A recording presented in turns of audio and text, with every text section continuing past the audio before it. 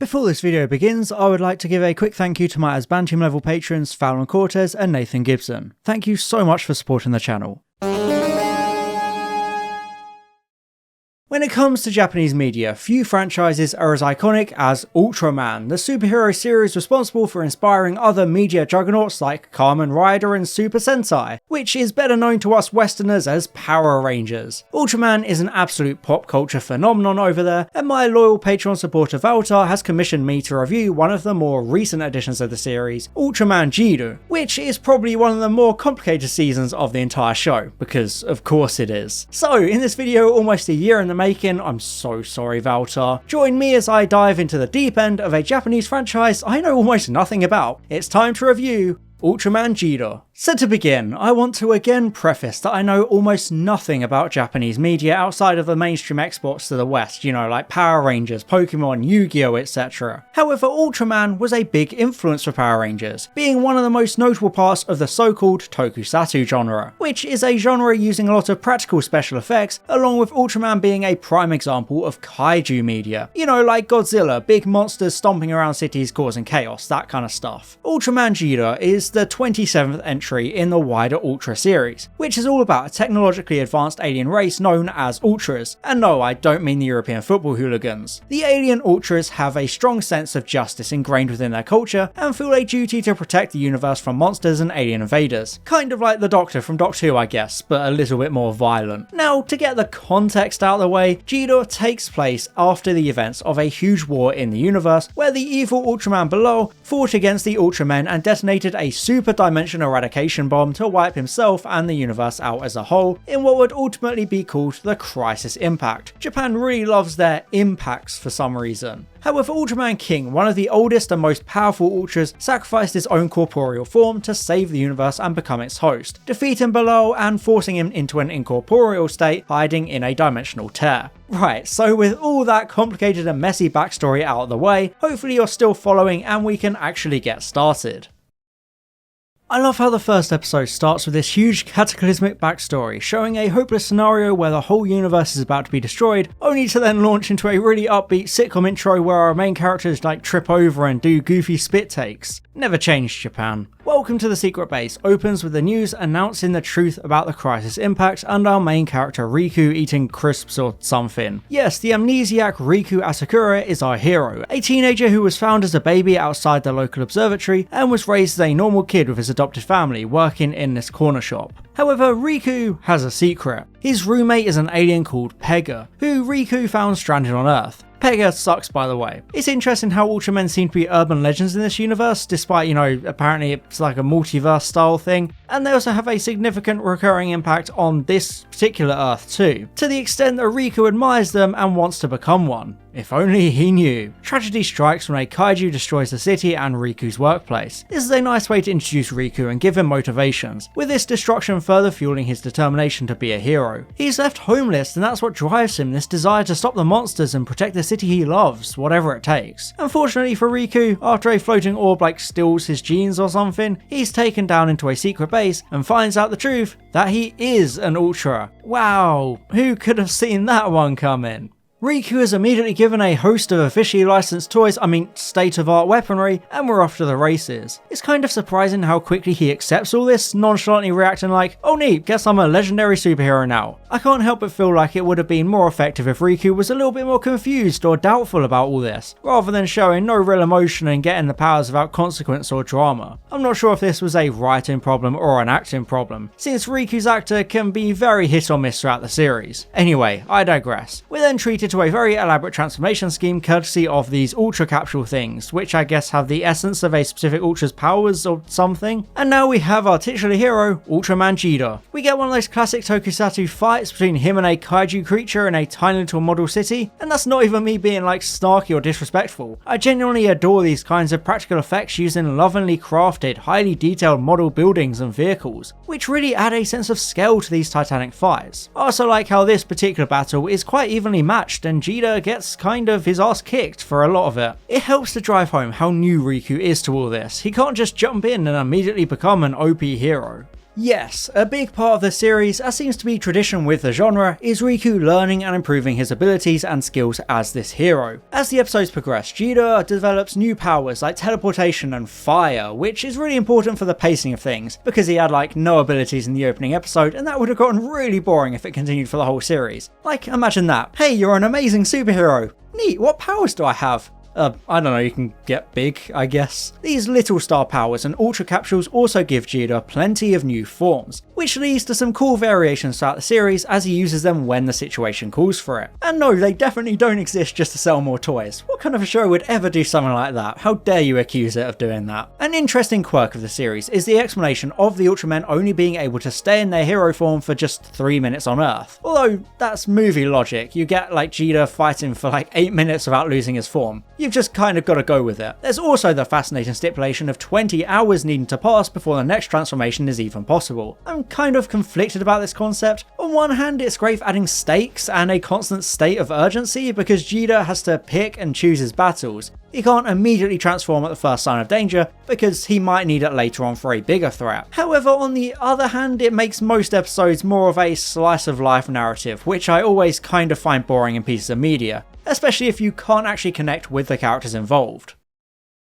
These supporting characters are introduced in the early episodes. There's Leia, a teenage girl with a tragic backstory giving her mad sword skills and a serious case of tsundere-itis. Next we have Leto Igaguri, a salaryman who got hit by a lorry leading to Ultraman Zero possessing him to save his life, giving him this ability to like switch between the clumsy family man and the confident and serious Ultraman. Lastly there's the AIB, who are basically the Men in Black, a group of alien investigators led by an alien in human form, along with one of their members, Moa Aizaki, essentially Riku's adopted sister of sorts. These characters are a mixed bag. Moa doesn't really have a whole lot of depth, she's just kind of there as a ditzy comic relief character, but Leto gets a really nice story of trying to balance his family life and being a superhero, bumbling around and trying to make up lies to his wife, who eventually realises she knew a long time ago because he's such a bad liar. Leto is a fun character, the perfect mix of goofy comedy and endearing loyalty and faithfulness to his wife and daughter. I think Leia is possibly the most interesting side character though, because she's not really special. I know she ends up having little star power and a special connection to the Ultraman King himself, but she's really just a normal human being. Her swordsmanship was all her. She started fighting monsters because of her parents dying, and that's all her choice and her own sense of justice and duty. She's not doing it because it's her destiny or because she's born to be a hero. She makes the conscious choice to take up this mantle. I like how Leia actually gets things to do. She's a character who stands on her own 2 feet and doesn't exist to be a purely will they won't they love interest for Riku. She actually has an impact on episodes, so I think in general the supporting cast is nice and balanced, meaning those slice of life elements aren't too bad.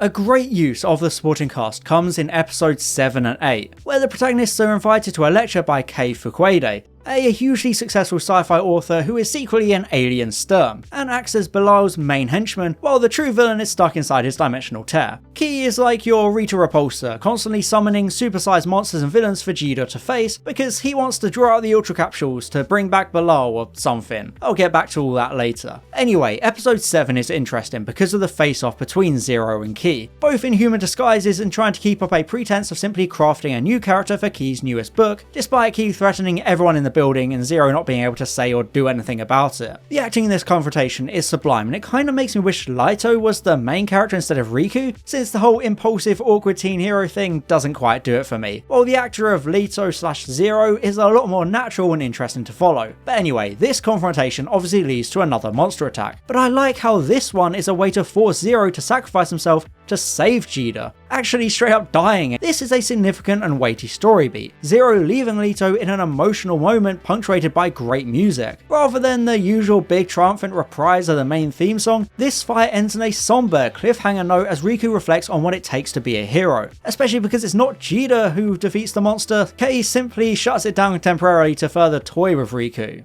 Episode 8 explores the hopelessness that comes with the death of Zero, showing how the main characters have lost their spark, believing their enemy is too powerful for them. It's a great crisis of confidence and identity, a humiliating defeat testing the personal resolve of our protagonists, who each respond in their own way, like the pessimism of Leto, the arrogant desperation of Leia, and the reluctant determination of Riku. They all know the stakes and what's being asked of them, so it's brilliant writing to show how they all feel the weight of that responsibility in different ways. This also allows them to do their their own individual soul searching, which culminates in them individually being re-inspired and reinvigorated to never give up, embracing their nature as heroes because there's no one else to do it. The writing and acting of the first half of this episode is incredibly strong, even from Riku, but I will circle back to that later. However, I do find it really cheap that Zero just immediately comes back in episode 8 despite the whole dying thing. He kind of undoes the whole stakes and sense of consequence from the end of episode 7, especially because Zero gets fancy new capsules to make himself even more powerful than before. I get that they were probably going for like a Gandalf the Grey to Gandalf the White situation, but it doesn't feel like that. Instead, it just makes the sacrifice come across as pointless and a waste of time because, he comes right back again.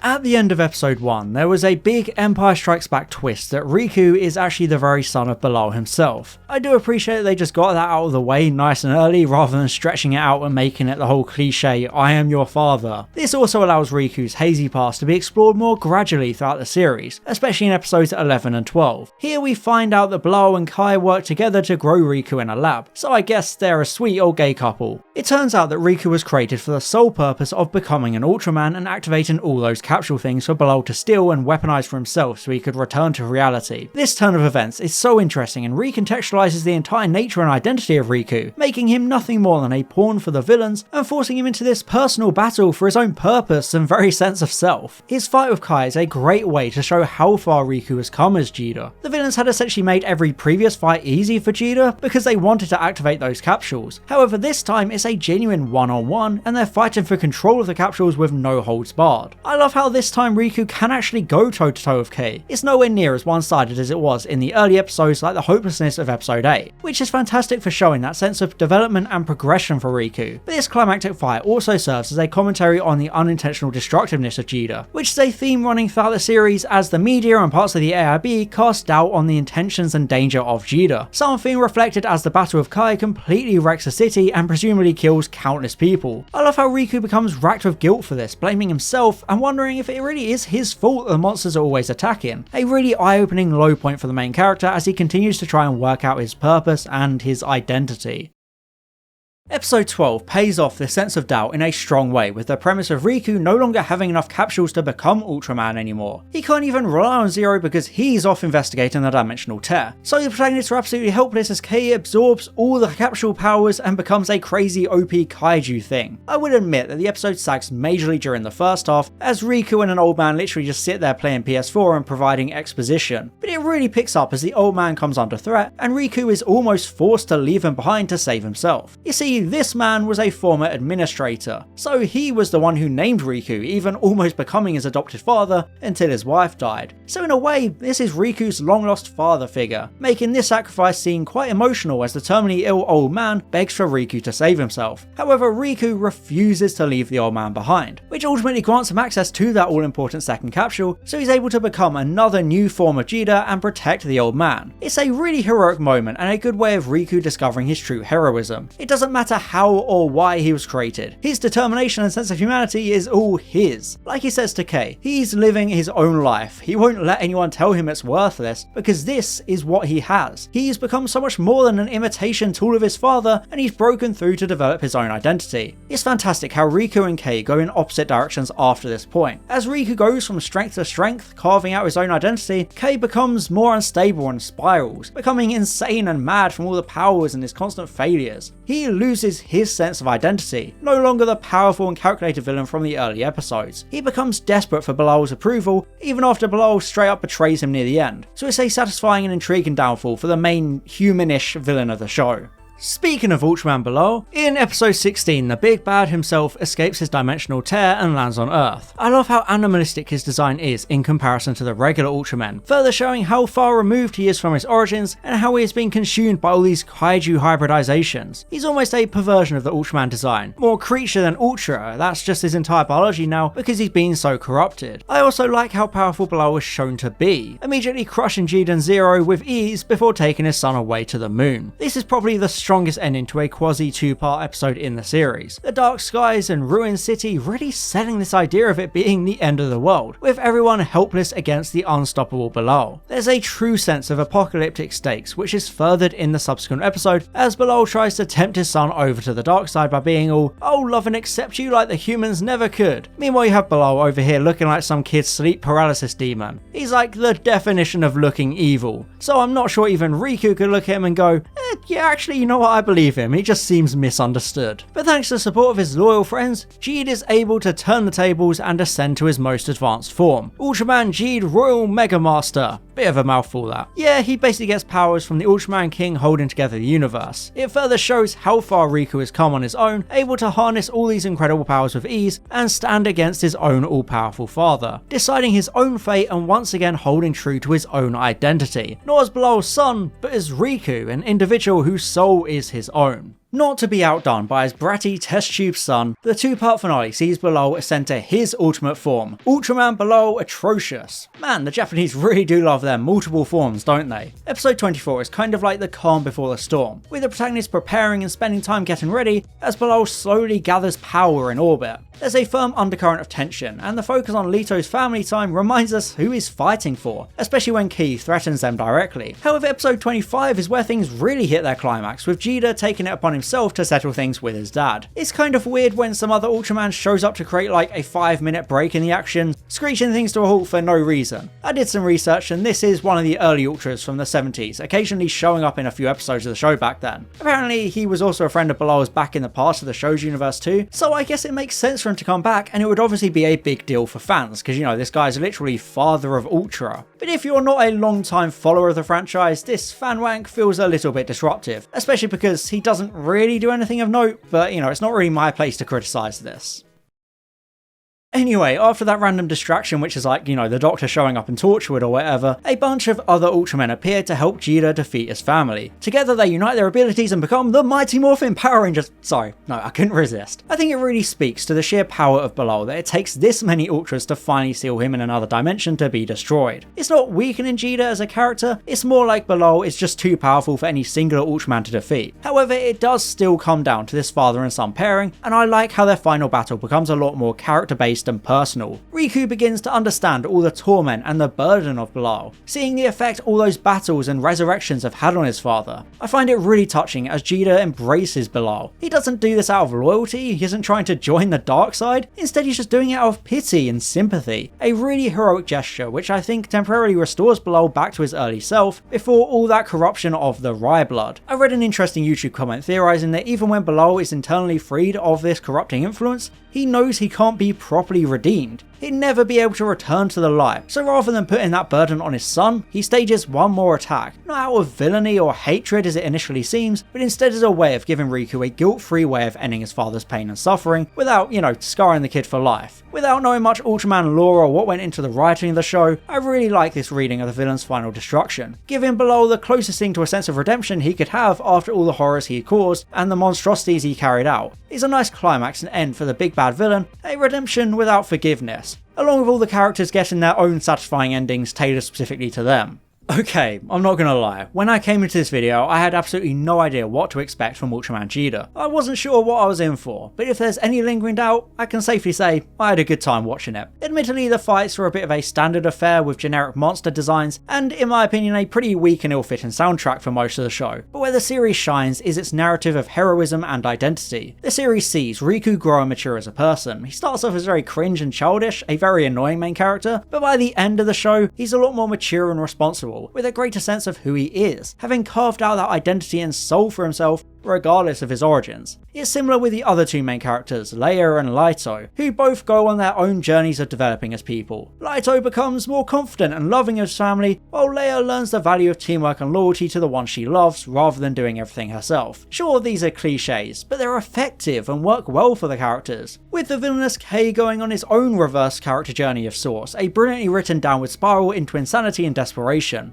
I will admit that the lore of the series does get a bit difficult at times and there's a lot to keep track of, but it's still an enjoyable ride with a lot of heart and sincerity. Ultraman Geed is superb at ascending beyond that surface genre of monster fights and giant superheroes, showing there's real genuine depth there. Although Pega can go f himself, weird ass annoying psychic, get out of here. Anyway, those are my thoughts on Ultraman Geed, and thank you again to Valtar for commissioning this review. If you want to commission a media review of your very own, you can do so on my Patreon page. So, thank you for watching, I hope you enjoyed this video, and I'll see you next time. Bye bye. And a special thank you to my Asbantium level patrons Fallon Cortez and Nathan Gibson, my Diamond level patron Glenna Clark, my Platinum level patrons Maximilian Foreman and Nick's Games, and all my Gold level patrons Boots, Daniel Shiletto, Discretio, Franz Horn aka Line Vortex, Robert Hock, Scarlett Hayes, and Tom Azar. Thank you so much for your support.